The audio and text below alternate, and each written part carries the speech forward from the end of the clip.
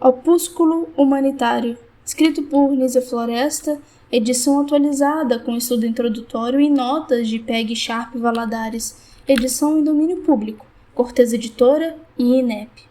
Narração de Livros por Osmose, na voz de Príncia de Resende. Agradeceria muito se você pudesse deixar o gostei aí abaixo. Obrigada. Capítulo 31. Já vimos a dissolução ou inércia em que caíram os povos que mais têm desprezado ou mal dirigido a educação da mulher, e continua-se, entretanto, a olhar essa artéria vital da morigeração dos povos, senão com a mesma incúria revoltante de outrora, sem o firme propósito de incluir a reforma de sua educação nos importantes melhoramentos que ocupam atualmente os brasileiros.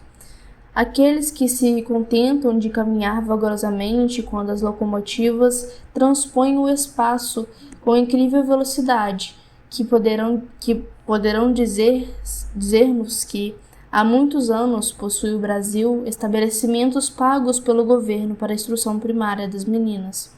Sabe-se a época em que esses informes estabelecidos começaram de aparecer entre nós sob o nome de, abre aspas, escolas régias.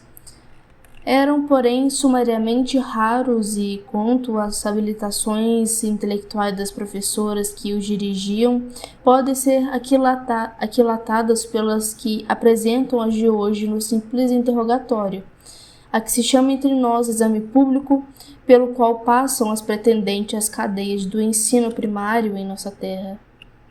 Nota da edição sobre escolas régias.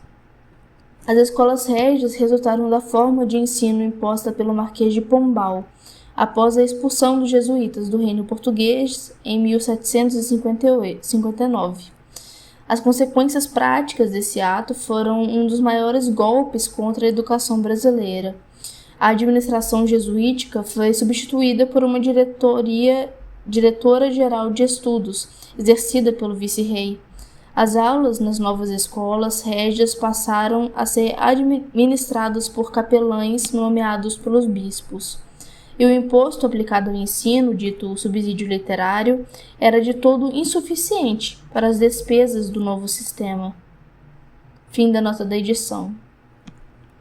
Se ainda vemos a maior parte desses lugares preenchidos por mulheres cuja principal habilitação consiste no patronato dos que as admitem nele, hoje que se vai crendo finalmente que as meninas devem aprender alguma coisa mais além dos trabalhos materiais, qual não seria a ignorância das mestras primitivas a quem se confiava a tarefa de instruir o sexo?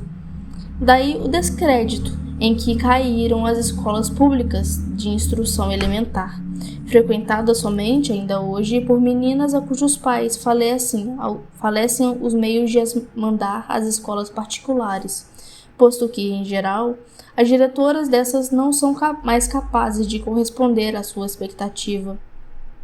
Mas, ao menos, estas se esforçam por adquirir uma reputação de que depende o progresso de seus estabelecimentos, enquanto que as outras, certas do ordenado que percebem, sem embargo do número de alunas, não curam de aumentar essa reputação, que julgam, além disso, ter bem firmado perante o ilustrado auditório que assistiu a seus exames.